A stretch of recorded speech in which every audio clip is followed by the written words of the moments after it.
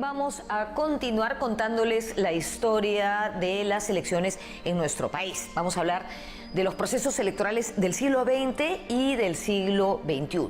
Es bastante importante el siglo XX en este proceso porque es el siglo de la extensión del sufragio y la institucionalización de los procesos electorales. En 1931 se creó un organismo autónomo encargado de los procesos de elecciones. En 1956, por fin, pudimos votar las mujeres y en 1980 pudieron hacerlo también los analfabetos. Además, en las elecciones de 1980 la mayoría de edad pasó de ser 21 a 18 para poder votar. Esto de alguna manera garantizó elecciones más justas y más democráticas. Tenemos un montón de información en el programa de hoy, así que comencemos de una vez. Soy Norma Martínez y esto sucedió en el Perú.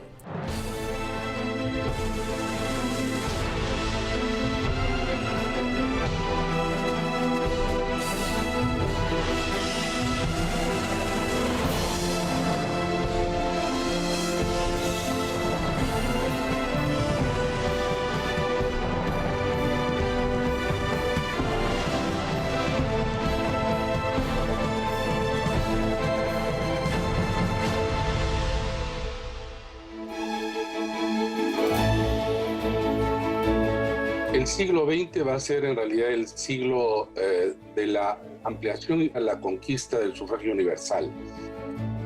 El siglo de campañas electorales modernas, con la presencia de partidos políticos más anclados en ideologías. Para mí las elecciones son actos de ilusionismo, por los cuales los candidatos pues tratan de hacernos creer sus propuestas y nosotros tendemos a pretender que les creemos también, ¿no?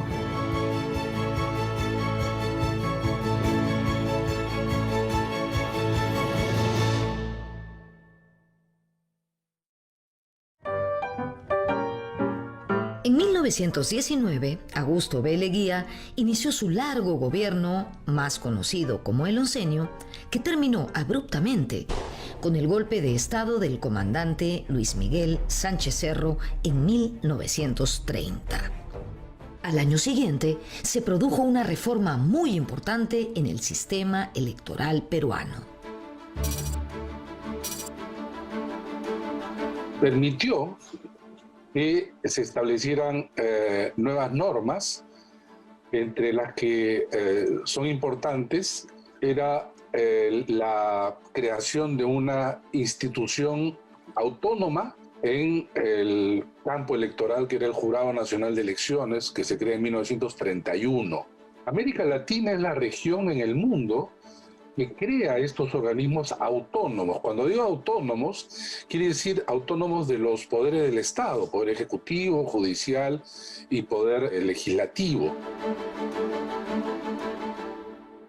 En 1993, durante el gobierno de Alberto Fujimori, se crearon la OMPE, que es la Oficina Nacional de Procesos Electorales, y la RENIEC, el Registro Nacional de Identificación y Estado Civil.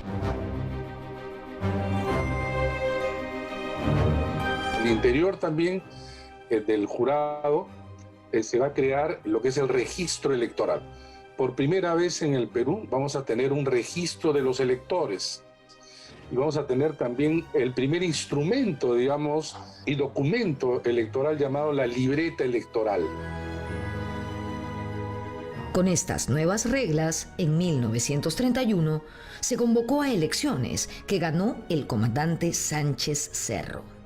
En segundo lugar, muy cerca, quedó el líder aprista Víctor Raúl Haya de la Torre. Pero el APRA nunca aceptó esa derrota. Haya de la Torre acusó fraude y se originó un conflicto que tiñó de sangre al país por muchos años. O sea, Sánchez Cerro le ganó al APRA, pero nunca aceptó él la derrota. Y entonces dijo, al poder en el Perú, dijo ella, en un célebre discurso, se llega o a través de la espada o a través del dinero. Y entonces dentro de su organización hubo gente que lo tomó en serio, ¿no? Como el Búfalo Barreto, y se prepararon con la espada, ¿no? Y de ahí vienen los intentos de insurrección en Trujillo, en fin, ¿no? Casi a la guerra civil, ¿no? Donde se enfrentó el ejército del APRA y murieron 6.000 personas, ¿no? 6.000 apristas en el norte. Y también varios militares, ¿no?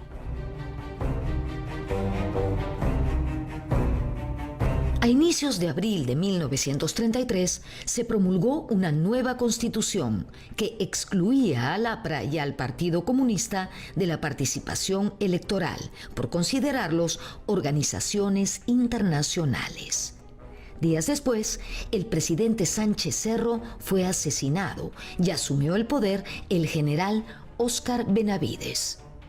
En 1936, Benavides convocó a elecciones que ganó el destacado intelectual Luis Antonio Eguiguren. Pero como Eguiguren había recibido el apoyo del APRA, el Congreso anuló las elecciones y se extendió el mandato de Benavides 3 años más. En 1939 se inició la Segunda Guerra Mundial. En ese momento, Manuel Prado fue elegido presidente del Perú con el apoyo de Benavides.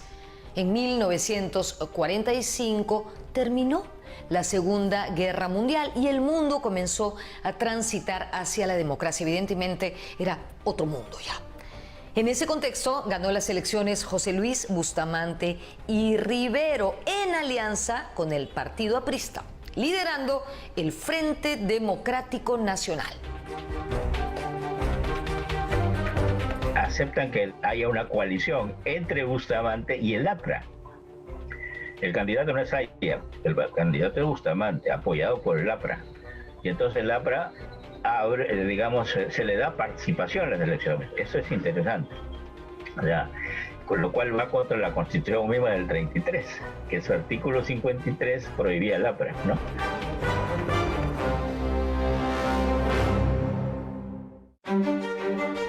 Fueron unas elecciones abiertas. Bustamante, que representaba a las nuevas clases medias del país, superó con el doble de los votos a su oponente, el general Eloy Ureta. Entonces fue elecciones, unas las elecciones democráticas donde hubo mayor participación y apoyo de un presidente, ¿no? Porque el APRA, que tenía una enorme mayoría en el país, era el partido más importante del país. Era difícil ganarle el APRA. Sin embargo, bueno, ganó este gobierno democrático porque había condiciones para eso. Pero la primavera democrática fue solo una breve estación. 3 años después de ser elegido, José Luis Bustamante y Rivero fue derrocado por el general Manuel Odría en 1948. Odría lideró un gobierno militar que duró 8 años y casi al final de por fin se consiguió el voto para las mujeres, sí, cuyo reclamo venía desde décadas atrás. La primera vez en la que se discute formalmente es en el año 32, a raíz de la Asamblea Constituyente que dio la Constitución de 1933, ¿no? Este fue un momento muy importante porque a pesar de digamos, las voces a favor, lo que primó fue la mentalidad de esa época, ¿no? O sea, una mentalidad conservadora, machista. Se valió de una serie de recursos, ¿no? Proponiendo a la mujer como un ser inferior, que no tenía voluntad propia. Digamos, un recurso, en este caso, fue ya decretar el sufragio municipal en este entonces. En esa ocasión, la mayoría parlamentaria estuvo en contra de otorgarle el voto a las mujeres, aunque hubo algunas excepciones. Víctor Andrés Belaúnde, ¿no? Que lo reclamó para la mujer porque dijo que la mujer religiosa era un ser dotado de libertad espiritual, ¿no? Contrariamente, por ejemplo, a lo que decía Luis Alberto Sánchez, ¿no? La religiosidad de las mujeres era una rémora, ¿no? Entonces, en la Asamblea Constituyente de 1932 se le niega el voto a la mujer y esto se consigue en la década de 1950, cuando la situación de la mujer en general comienza a mejorar. No tanto como en nuestros días, evidentemente, pero se dan avances. Las mujeres están integradas ya en la vida nacional, tanto en la vida política, en la vida cívica, en las universidades, en los empleos remunerados. Y bueno, en los años 40, ¿no? Ha habido todo un cambio en las constituciones en los países vecinos, ¿no? Entonces, bueno, llegamos al periodo de Odría y sí, es como algo que ya está latente, ¿no? O sea, es decir, si él no otorgaba el sufragio a las mujeres, pues en el Congreso se le iban a adelantar. Fue así que el 7 de septiembre de 1955, a menos de un año de que Odría dejara el mandato, se publicó la ley que otorgaba el voto a las mujeres. Es así que bueno, es como una carta, ¿no? Que saca debajo de la manga, porque dentro de su gobierno las mujeres no fueron una prioridad. Es un ardid, diría yo, como para maquillar este gobierno. Entonces, el otorgar el sufragio, que fue una medida altamente democrática, pues ha venido a maquillar el rostro de este gobierno, ¿no? La lucha por las reivindicaciones femeninas ha sido una historia de avances y retrocesos, de marchas y contramarchas. Después del año 56, en el que ingresan 9 congresistas, ¿no? 8 diputadas, una senadora. En el periodo siguiente son 2 las que ingresan al Congreso. El esposo no está a favor de que la mujer continúe en la carrera política. En el año 84, ¿no? En el Código Civil, recién se reconoce la igualdad de hombres y mujeres, ¿no? Para en general la vida pública, ¿no? Después vienen las leyes de cuotas, esto fue en el 2003, el año pasado, ¿no? La ley de paridad y alternancia, que lo que hacen es dar el empujón legal, digamos, ¿no? a la presencia de las mujeres en la vida pública. No se muevan, volvemos con la irrupción de la televisión en las campañas políticas.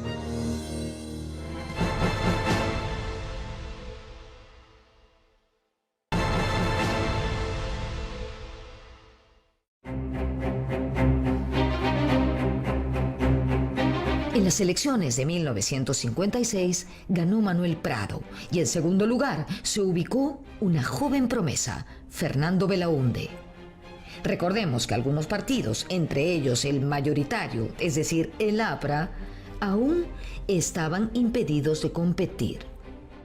Pero en 1962 las cosas cambiaron. Las elecciones volvieron a ser competitivas. Ya no hubo vetos ni al APRA ni al Partido Comunista. El APRA había sido aceptada, ¿no? Porque era una coalición a partir del año 56 entre el APRA y Prado, o sea, entre el APRA y la oligarquía. Entonces hubo un gobierno, lo que se llama la convivencia, se llamó eso, ¿no? La llamada convivencia. Y entonces la participación de ella estaba cantada ya en el año 62. Al final, la elección quedó muy ajustada. Aya de la Torre obtuvo el primer lugar. Luego, pisándole los talones, Fernando Belaúnde, casi en empate técnico. Tercero, Odría más alejado. El sistema electoral peruano, a partir de la Constitución del 33, señalaba que para que sale elegido el presidente de la República, tenía que superar el tercio de los votos válidos.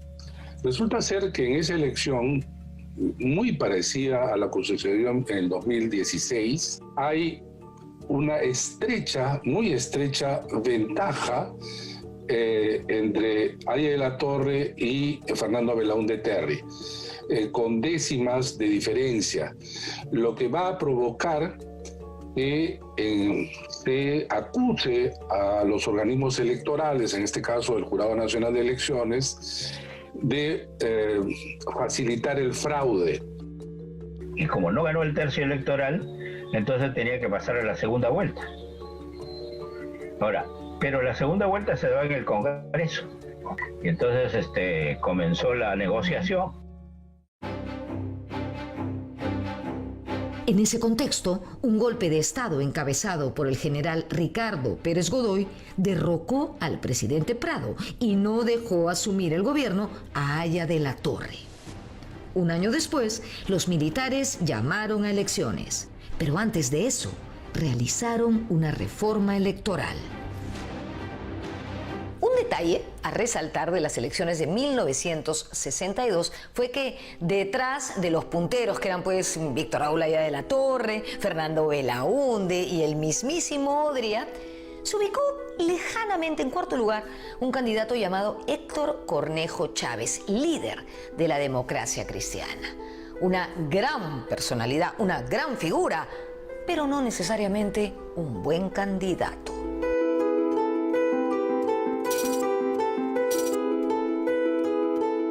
Un intelectual crítico, muy agudo, muy polemista, y a la vez poco carismático, más bien un poco antipático, digamos, ¿no? Mientras que Fernando Belaúnde, que corría más o menos en el mismo perfil, ¿no? Cuyo mensaje estaba dirigido al mismo electorado, al electorado de clase media, de sectores populares, que querían algunas reformas, que querían terminar con la oligarquía, pero por la vía democrática. Fernando Belaúnde era mucho mejor candidato que Héctor Cornejo Chávez, pero las ideas las tenía Cornejo. El programa de gobierno lo tenía Cornejo mucho más claro. En 1963, los militares convocaron a elecciones, que esta vez sí ganó de manera más clara Fernando Belaúnde, con el 39% de los votos y con el apoyo de la Democracia Cristiana. Aya de la Torre obtuvo 34%.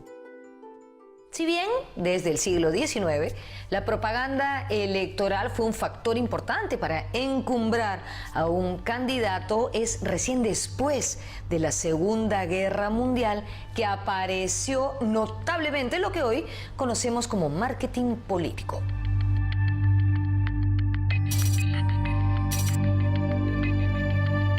Discurso político e imagen.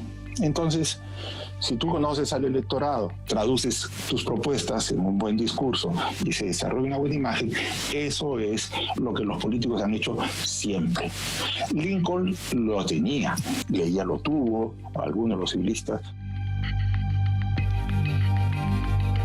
Y el medio de comunicación que fue fundamental dentro de la propaganda y el marketing político fue sin duda la televisión.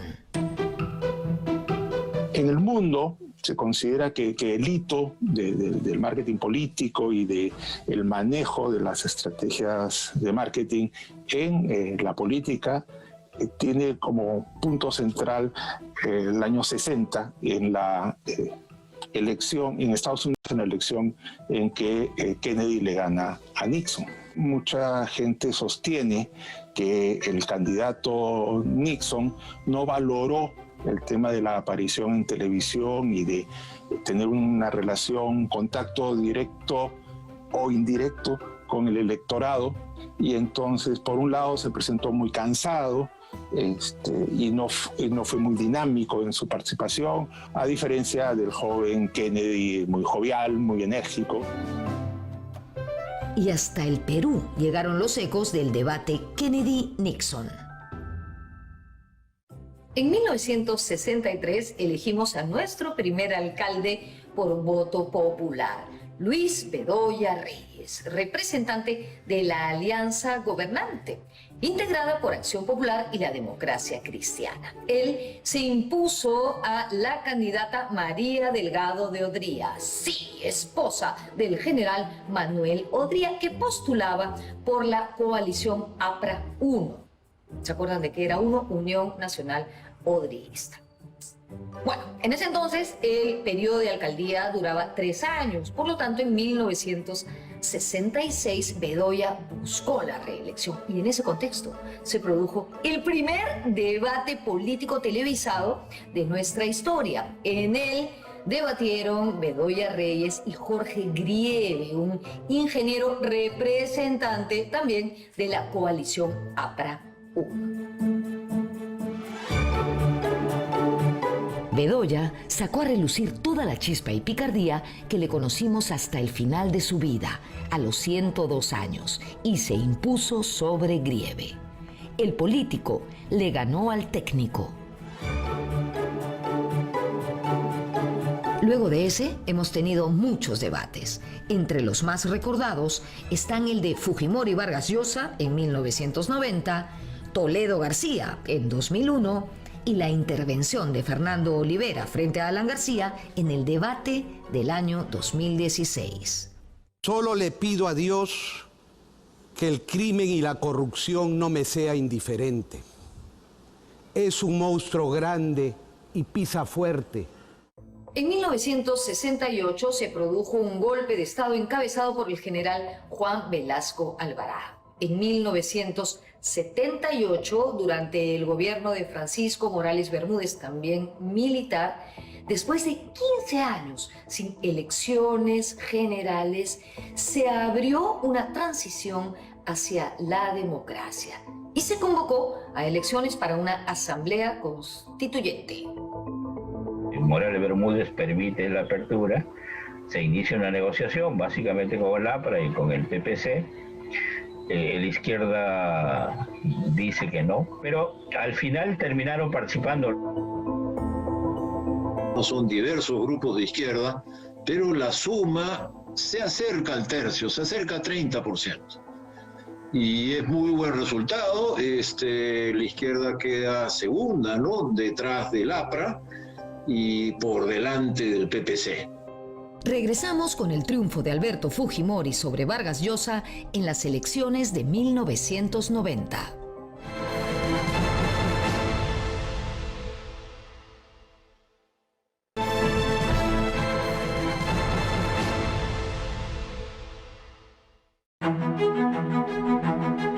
La Constitución de 1979 trajo una importantísima ampliación del sufragio, otorgando el voto a los analfabetos y reduciendo la mayoría de edad de 21 a 18 años.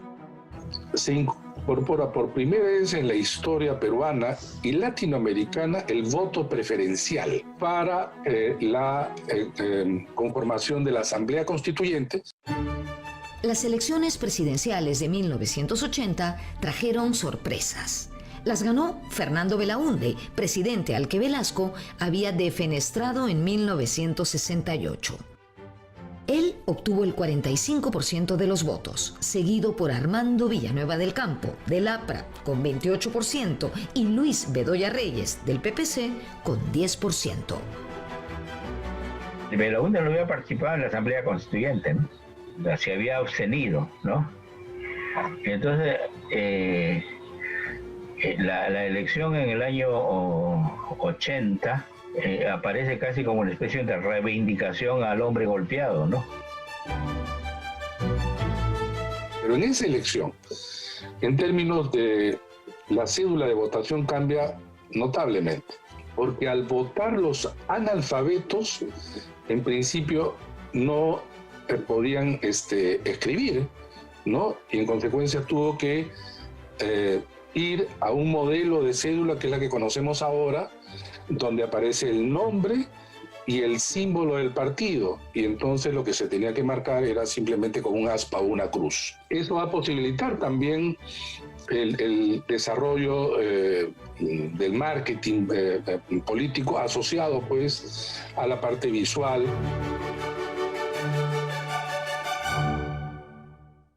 La campaña de 1980 fue muy rica a nivel de marketing político y entonces la televisión sí que entró a tallar.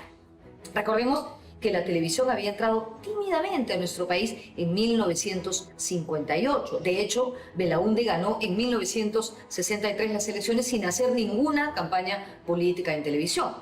Existe el antecedente del debate entre Bedoya y Grieve que fue televisado, pero realmente es en 1980 cuando la televisión participa activamente en la campaña política. Si bien en esas elecciones el APRA no ganó, su campaña sí que destacó. Ven ciudadano, ocupa tu lugar. Ven con Armando, nos tenemos que unir. Dale la fuerza para gobernar.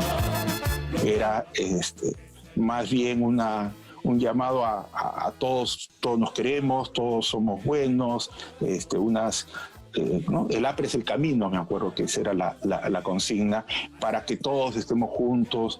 Había un spot muy pegajoso, era una canción completa y un spot grabado, recuerdo, en el Parque de la Reserva, que apuntaba a eso, ¿no? A todos juntos, ¿no?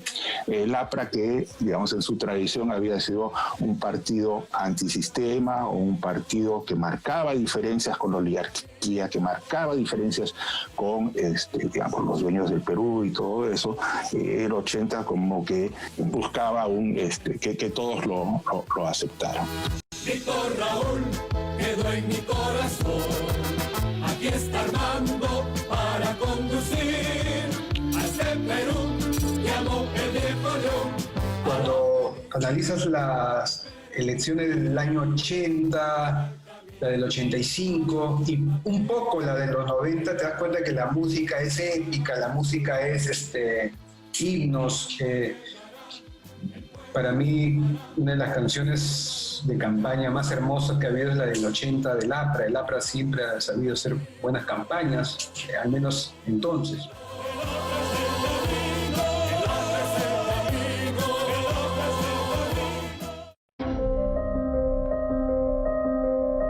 Por otro lado, Sendero Luminoso escogió las elecciones de 1980 para iniciar de manera simbólica su lucha sangrienta contra el Estado peruano. Ese día, el distrito de Chuschi, en Ayacucho, fue testigo de la quema de ánforas y padrones electorales. Fue una declaratoria de guerra en el día donde se celebraba el retorno a la democracia. En 1980, Fernando Belaúnde restituyó la democracia municipal, las elecciones municipales, y en noviembre de ese año se convirtió en alcalde de Lima Eduardo Orrego, candidato del partido gobernante, Acción Popular. En estas elecciones también quedó en segundo lugar el representante de la Izquierda Unida, Alfonso Barrantes, quien se convirtió en alcalde de la capital 3 años después, en 1983. Tras los 5 años del gobierno de Belaúnde, la crisis del país se agudizó. Pero en las filas del partido aprista apareció una joven figura, avasalladora, con todos los atributos para convertirse en un extraordinario candidato presidencial: Alan García Pérez, quien llevó al APRA por primera vez al poder sin ningún intermediario. Alan García tenía todos los checks del candidato ideal para ese momento. Cuando lo vi, y él era diputado durante el gobierno de Belaúnde, ¿no? Del 80 al 85, y la interpelación a Manuel Ulloa, que era el premier de Belaúnde, yo me acuerdo cuando él bajó y le hizo un discurso, yo no me acuerdo bien qué dijo, pero yo era un chico que quedó impactado con esa actuación suya, ¿no? Con ese desparpajo, esa altanería. Y claro, a los poquitos años, todo el mundo pudo darse cuenta del animal político que era este señor, Alan García. Yo recuerdo a García pues como un baño de frescura, de esperanza, ¿no? Sobre todo teniendo a un político ya en la tercera edad como Belaúnde, ¿no? Sí, yo creo que García encarnaba un sueño que terminó en pesadilla después. Efectivamente, Alan García dejó un país en estado de coma, con una sanguinaria violencia terrorista y una brutal hiperinflación. La campaña por las elecciones de 1990 empezó en realidad un par de años antes, con las marchas contra la estatización de la banca anunciada por el gobierno de Alan García.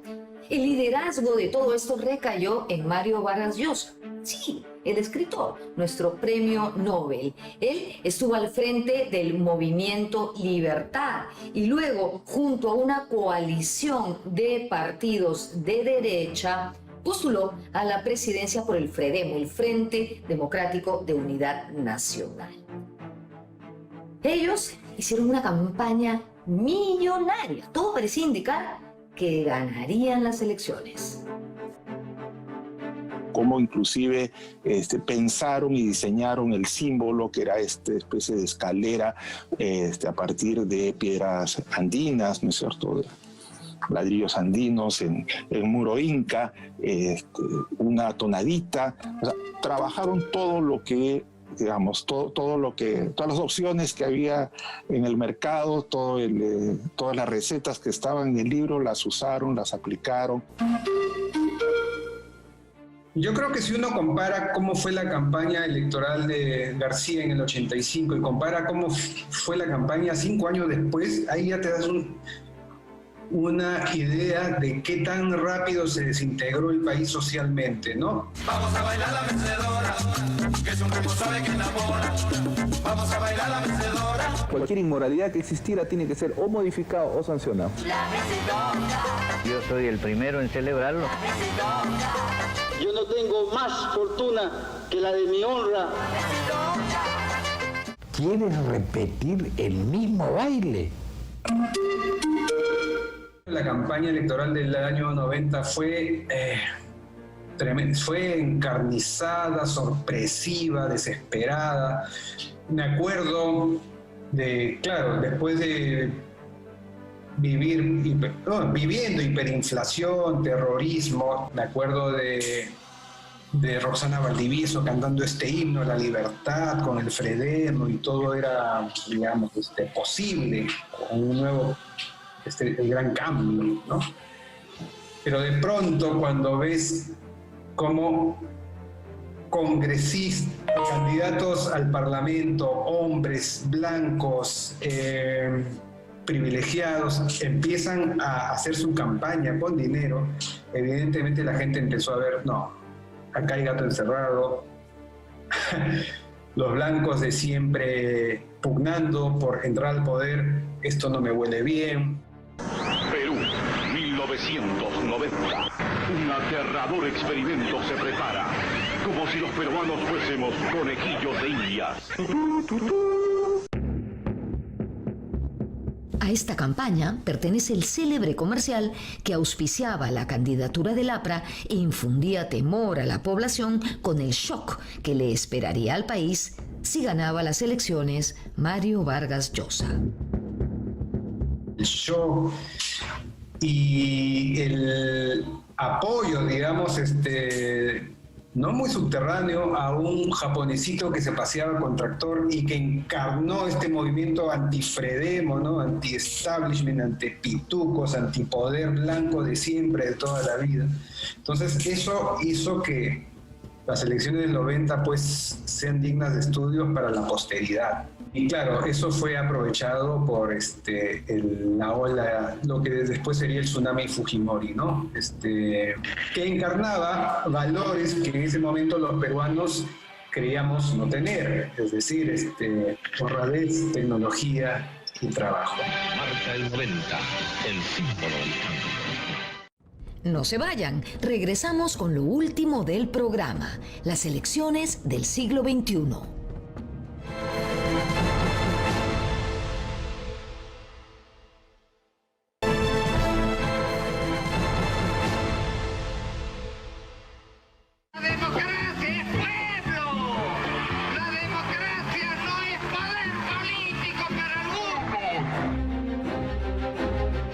Las elecciones del año 2000 presagiaron la caída del régimen de Fujimori. Meses después, se destaparon los Vladivideos y los acontecimientos se precipitaron.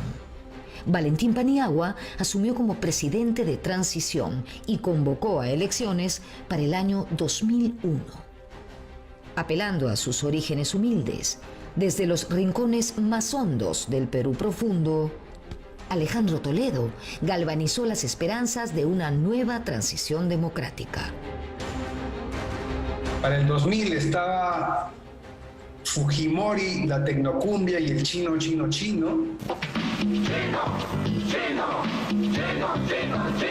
Digamos, en una manera de posicionarlo como el héroe del pueblo, simpático, carismático, pero que también podía tener mano dura cuando era necesario. Y por otro lado, el contrincante... Presidente Fujimori, he venido hasta aquí para reconocer lo que hizo por nuestro país en su primer gobierno. Combatió el terrorismo y la inflación, y yo le aplaudí. Pero ya es hora que usted descanse. La Cenicienta con una narrativa de cuento, ¿no? El niño que nació en Cabana a 4.000 metros sobre el nivel del mar, en la pobreza, y que dio el salto a la academia estadounidense y vuelve al Perú a salvar a su gente como Pachacuti. Entonces es una idea poderosa. El caso de la campaña de Toledo en 2000-2001 es esa, ¿no? La del héroe del pueblo que te va a salvar. Un mesianismo parecido con otros ingredientes, pero al de Alan García en el 85. Juntos podremos crear un futuro mejor y juntos generaremos más trabajo para los peruanos. En aquella oportunidad, Alejandro Toledo se convirtió en presidente del Perú, venciendo en segunda vuelta electoral a Alan García por solamente 6 puntos. Toledo 53%, Alan García 47%. Y claro, ¿no? Aquí ustedes se pueden preguntar, ¿cómo así Alan García, luego de tantos años en el exilio, después de un gobierno que quedó en el recuerdo como un desastre, lleno de acusaciones por corrupción, pudo llegar a disputar la presidencia? Bueno, se trataba de Alan García. Quisiera que observen sus capacidades oratorias en este video del primer meeting que tuvo con sus partidarios al regresar al Perú. Yo sueño que estoy aquí de estas prisiones cargado, y soñé que en otro estado más lisonjero me vi, que es la vida un frenesí, que es la vida una ilusión, una sombra, una ficción, y el mayor bien es pequeño, que toda la vida es sueño y los sueños sueños son.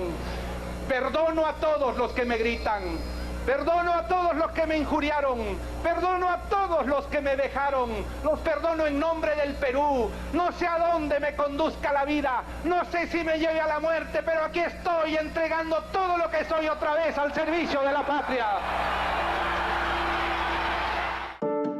Y si el año 2001 García quedó cerca de Toledo, 5 años más tarde, el año 2006, el candidato aprista supo acomodarse en el centro de sus dos oponentes y conseguir la victoria. Lo increíble había sucedido. Alan García se convirtió en presidente del Perú por segunda vez. En las elecciones de 2006, lo que funcionó fue la inteligentísima estrategia política de García. Lo que hizo García fue posicionarse, y me gusta ese término porque es un término, digamos, del mundo del consumo, ¿no? Y finalmente una elección pues es un acto de consumo político a gran escala. Lo que hizo fue aprovechar una brecha entre un candidato como Ollanta Humala, a quien la población veía como un radical de izquierda, y Lourdes Flores Nano, a quien la población veía como una heredera del Fredemo en ese caso, ¿no? Blancos con poder, extremista de izquierda. Él dijo, esta es la mía, y García se puso en medio y lanzó su campaña del cambio responsable y se instauró en el pleno, en el mero medio. Entonces esa fue la gran jugada política de García que le permitió ganar esas elecciones, ¿no? Para entonces, la segunda vuelta era un ingrediente fundamental en nuestras elecciones presidenciales. Se había instaurado con la Constitución de 1979, que estipulaba que el vencedor debía tener más del 50% de los votos válidos para convertirse en presidente. De no ser así, tenía que ir a una segunda vuelta con el candidato que había quedado en segundo lugar. Lo que ha traído la segunda vuelta es un escenario que se ha repetido a lo largo de buena parte de este siglo, el de votar en segunda vuelta por el mal menor. En la segunda vuelta te pone racional, ya, perdió mi candidato, perdieron mis sueños, a ver, vamos a jugar el realismo racional, y entonces vota siempre por el mal menor. El año 2011 pasaron a segunda vuelta Keiko Fujimori y Ollanta Humala. Fujimori representaba la continuidad del proyecto neoliberal y Humala el otro extremo. Para ganar esa elección, Humala tuvo que cambiar de discurso. Se corrió de la izquierda hacia el centro y alejó los fantasmas chavistas que lo acompañaban. Para el 2011, el gran acierto de Humala fue, digamos, cambiar de polo rojo a polo blanco, es decir, atenuar su discurso, hablar de un progresismo moderado, quitarse, pues, así como a Toledo se le aconsejó en su momento en el 2000 quitarse la vincha de los cuatro suyos. No olvidemos que quien ayudó en esa campaña a hacer creíble eso fue su esposa, ¿no? Nadine Heredia, una chica joven, simpática. Entonces, digamos que se presentó ante la sociedad como una pareja. Encarnó lo mejor de dos mundos, ¿no? Porque un país tan desigual como el Perú es evidente que hay descontentos, hay resentimientos atávicos, con toda la razón del mundo. Entonces, Humala, atenuando su discurso, haciéndolo más sensible con la juventud, sobre todo en el último tramo, en aquella campaña del 2011, terminó derrotando a Keiko Fujimori. Keiko Fujimori ha sido protagonista en las dos últimas elecciones presidenciales.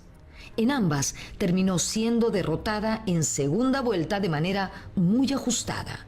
En el año 2011 contra Humala y en el 2016 contra PPK. Entre otras cosas, yo me acuerdo que en ese 2011 se le recordó el tema de las esterilizaciones forzadas en el gobierno de su padre. Entonces ya en el 2011 empezaban a despertarse inquietudes ciudadanas con respecto a la inequidad hacia la mujer. Entonces fue de eso que Humala finalmente terminó ganando por poco, en realidad, a Keiko Fujimori.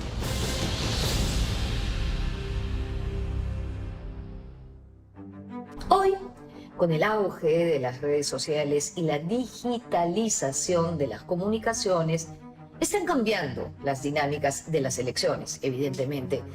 Ya no se necesita ser un gran líder carismático o mesiánico o un estupendo orador de plazas y parques. Esto, sin duda, interviene en el perfil de los candidatos que las personas buscan. Ahora, las cámaras están encendidas las 24 horas, cualquier celular se convierte en reportero, y eso hace que este acto de ilusionismo, que es una campaña electoral, haga que se vean los hilos, los espejos, los remiendos. Entonces, ahí es que aparece pues chicharrones, palabras, frases fuera de lugar, o respuestas que evidencian tu ignorancia sobre determinado tema. Lo que más premia a la gente, creo yo, cuando se trata de candidatos a la presidencia es, aparte del carisma, la autenticidad. Y en la medida que las redes sociales pueden desenmascarar lo postizo, pues la autenticidad se ve puesta en riesgo, ¿no?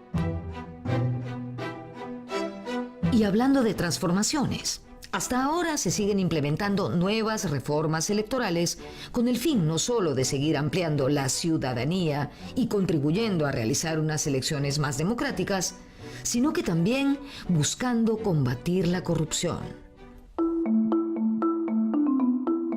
Perú es el primer país en la región que otorga el derecho a voto de los peruanos en el extranjero. A partir de 1980 se va a otorgar espacios de televisión gratuito a todos los candidatos y partidos. En el 2003 es una gran modificación porque por primera vez en el Perú van a haber una ley de partidos políticos. En el 2006 se amplía el sufragio para otorgar el derecho a voto a policías y militares, pero solo derecho a votar, no ser elegidos. Y en el 2006 se incorpora el umbral de representación, o en nuestro país llamado valla electoral.